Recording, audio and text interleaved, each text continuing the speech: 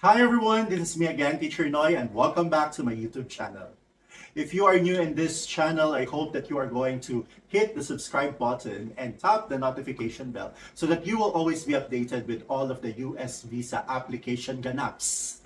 Lagyan na natin ng letter S. Ganaps that I'm going to share to all of you so that you will be able to get your US visa.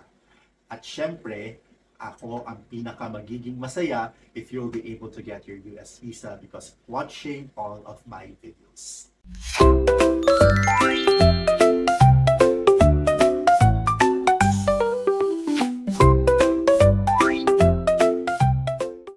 Today we're going to talk about an interesting topic. I'm sure that if you're going to look at the thumbnail of this video, mapapaisip kayo, especially those people who are not using this contextually in their language, the word green flag and red flag. Hindi po to relationship advice, and I'm sure that I am not the perfect person in sharing to you stuff about relationship. But when it comes to US visa, I'm sure that I will be able to help you with that. So watch this video so that you will be able to know how you are going to get that US visa. Green flag or red flag? Kayo ba ay naglalakad na red flag o kayo ay naglalakad na green flag? Well, to tell you honestly, when we are talking about red flag or green flag, before po tayo mag-dive in sa ating topic sa araw na ito, pag-usapan muna natin kung ano ba ang red flag at green flag. Kasi I'm sure na meron po tayo dito ng mga viewers sa channel na ito na hindi po masyadong ginagamit ang ganitong klaseng lengguwahe. To tell you honestly, this kind of language is being used of today's generation. Ayoko na pong sabihin kung Gen X. Ano ba yung Gen X? Kung Gen Z ba yan? Millennials? Pero if you are babad sa social media, I'm sure that you were able to see already red flag and green flag. So to be sure, pag sinabi po nating red flag, no, okay? It's a no. Hindi po qualified. And a green flag is a go. A green flag is a yes, and approved. It means that you are someone who is qualified. Qualified po saan? Qualified in getting your US visa. Are you qualified in getting your US visa? That is the question that you are going and should be asking yourself. Are you qualified in getting your US visa? Or at this moment of your preparation, kasi alam po natin na ang US visa preparation is a very tedious process. At hindi lang siya tedious, napakaraming proseso. Even by just filling out your DS-160 or even scheduling your US visa appointment, napakahaba na ng proseso. But, little commercial lang po the last time that I was assisting someone to schedule for his US visa interview appointment, ang meron na lang po doon ay August 28. That is the last date for this year. It means they are no longer opening, as of now, the other dates or slots for this year. So nakakalungkot lang kasi we all know that there are some of you who wanted to get their US visa before October 1 so that we can avoid paying the 250 US visa integrity fee. However, yun nga, August 28 na po, kaya kung meron pa kayong time, please make sure that you are going to get your US visa soon before October 1st. At ang last kong nakita, August 28. Hopefully, let's pray for that, na sana po makapagbukas pa ng other slots before October 1 para hindi po kayo magbayad ng $250 US visa integrity fee. But going back to our discussion for today, medyo napalihis na naman po tayo. Pero I'm really sure na it's an important information that I'm going to share with you, lalong-lalo na if you really want to get your US visa. Now, there are a lot of things that you have to do step by step para climbing the ladder of success, step by step, di ba? Para makuha niyo pong US visa niyo, napakarami niyo pong pagdadaanan. At in every step of the way, you can be a red flag or you can be a green flag. Sinasabi ko sa inyo that there is no assurance that you are a green flag all the way. Kasi po, malalaman mo na lang if you are really a green flag if you will be able to get your US visa. Pag hawak-hawak nyo na po sa inyong kamay ang US visa nyo, ibig sabihin, you are a green flag. Okay? Now, let me tell you kung ano at paano kayo magiging red flag para maiwasan niyo po.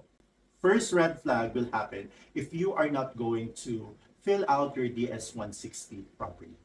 Yes, I have been reiterating that and telling you all the time that you really need to fill out your DS-160 carefully and make sure that you are going to supply the needed information. Not all information about you are things that you should be placing inside your DS-160. Dapat alam nyo din po kung ano po ang mga bagay na hindi at dapat isusulat nyo. At ang hindi po pagsulat sa DS-160 does not mean that you are lying. It just means that you are avoiding something because there is one thing that you are trying to say and prove that will make you a green flag into your application. Kaya po, kinakailangan lang natin talagang i-weigh in. So before doing your DS-160, evaluate yourself. Evaluate all of the information about you para alam mo kung ano yung mga dapat at hindi nyo po dapat ilalagay. Naintindihan po? Okay. Hopefully that you are going to carefully fill out your DS-160 so that you are already a green flag. Go, go, go! Okay? The second red flag will happen during your preparation. If you are going to give your best in preparing for your US visa interview, you will be able to be a green flag.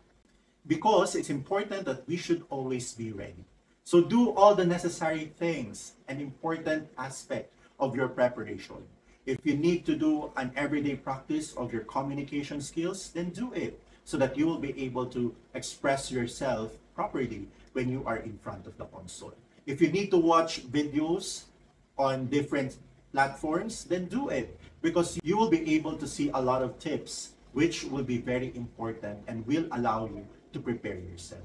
Kung kinakailangan that you have to look for a mentor like me, so reach out, kausapin nyo ako o maghanap kayo ng US visa mentor so that that person will be able to help you into your preparation.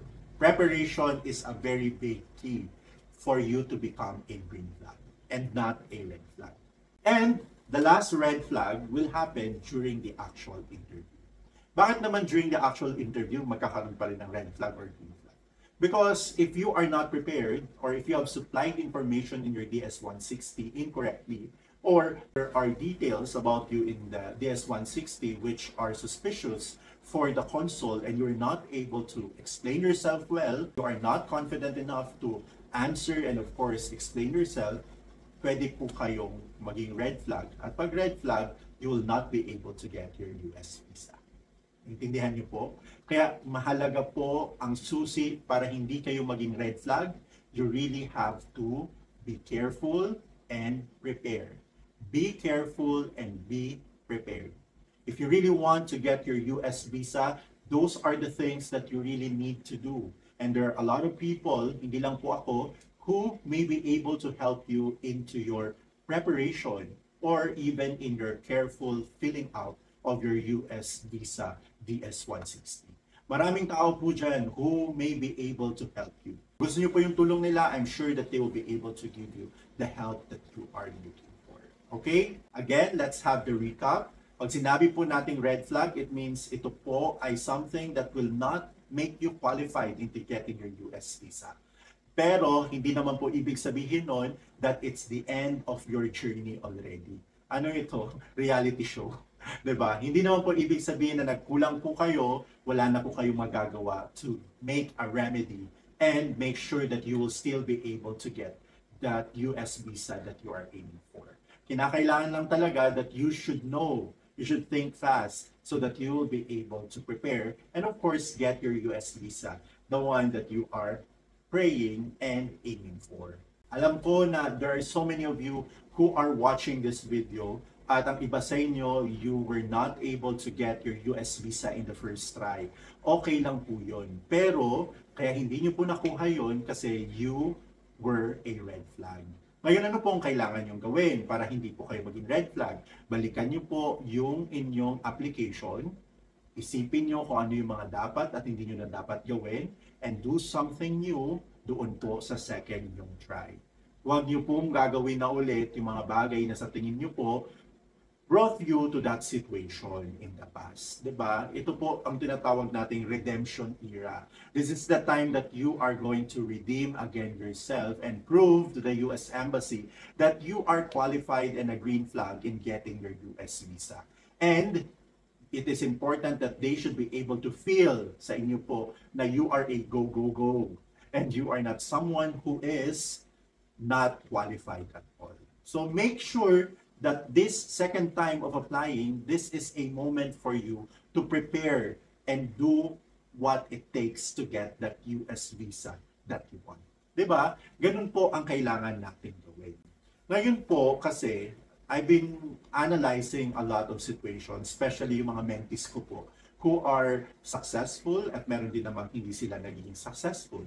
Then when I am talking to them, kasi at the end of the day, after ko po mag-mentor ng gustong kumuha ng US visa, madalas po, along the way, pinag-uusapan po namin yung proseso. And even sa huli, pinag-uusapan pa rin po namin kung bakit at paano, anong nangyari. Kasi importante din po yun, di ba? I am doing this kind of advocacy of helping other people. So I really need to continue learning so that I will be able to understand better what are the things that I should do to help my mentees. Kaya even if hindi man successful, even if it's a failed attempt, I am still talking to my mentees and trying to understand better what are the things that we could have done better, okay, in their preparation.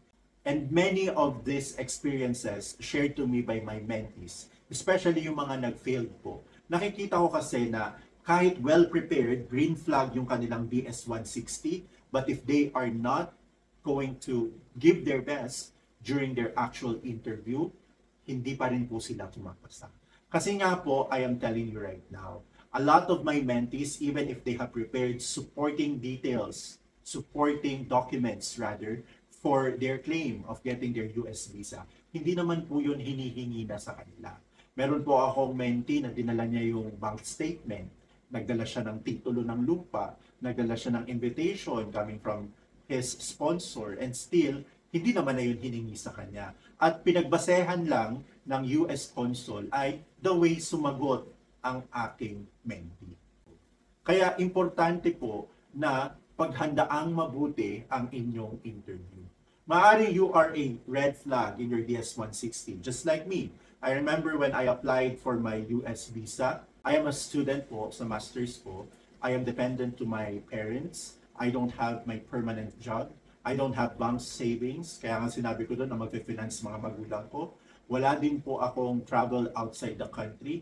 The only thing that I have during that moment is a piece of paper, the confirmation page of my appointment, and my confidence in answering the interview. I'm sure that you will be thinking right now, magaling ka naman magsalita, you are comfortable speaking. That's the reason why it's important that you really have to prepare. Kailangan po talaga magpre-prepare ka because if you really want it, you are going to take an extra mile.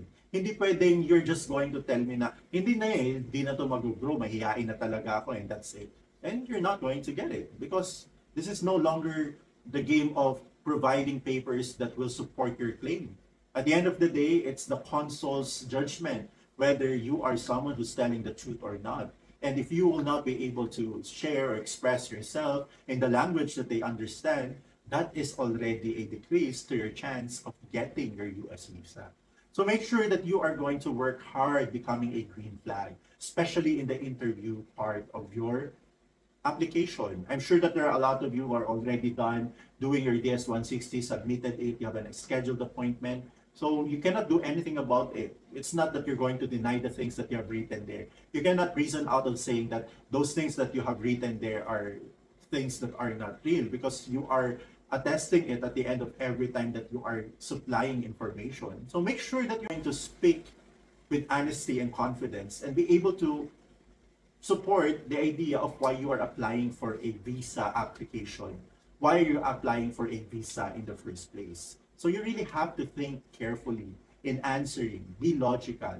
Make sure that you are a green flag in their eyes so that they will be able to give what you want. Yun lang naman po. At the end of the day, ang bottom line po dyan, to become a green flag, make sure that you are going to answer the interview questions properly.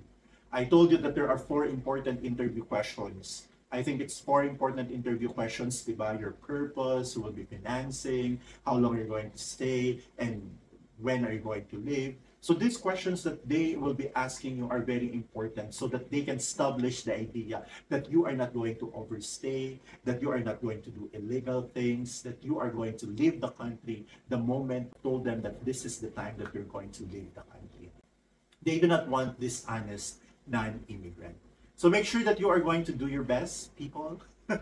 Make sure that you are going to prepare harder. If you are preparing now, make sure that you are going to prepare more so that you will be able to give it your all during your US visa interview.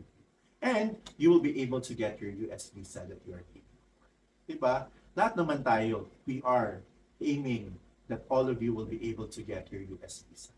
Pero always in my prayer, I keep on praying to the Lord, especially to those mentees of mine who are telling me that they have already their scheduled interview. I keep on praying. But you know, we cannot always rely our faith in our faith. Naintindihan po. Faith without work is dead. So you really have to prepare.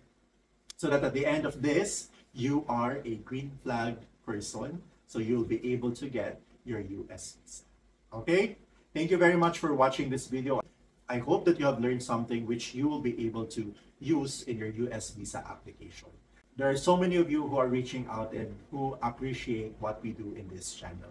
I'm sure that if we are going to help each other, help one another, there will be a unity, especially to all those Filipinos who want to get their US visa and reaching help now to others. We will be able to get what we are aiming for. You know, you don't have to spend money in being kind. And returning that favor to other people will give you more blessings. So make sure, especially yung mga ibang mentees ko po na nakakuha na ng kanilang visa, sana po magkaroon din po kayo ng desire to help other people. Okay? Pero kung busy naman kayo, don't worry. Hindi naman mandatory. Okay?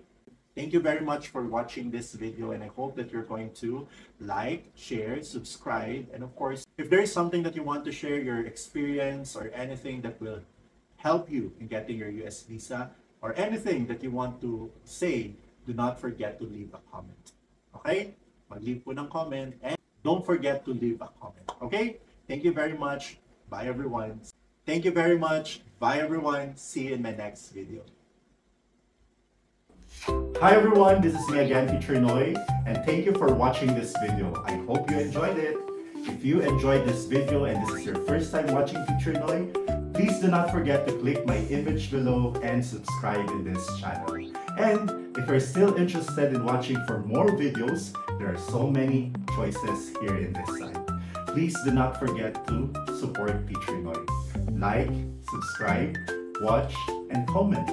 And if possible, share it to your friends. Thank you for watching. Bye everyone.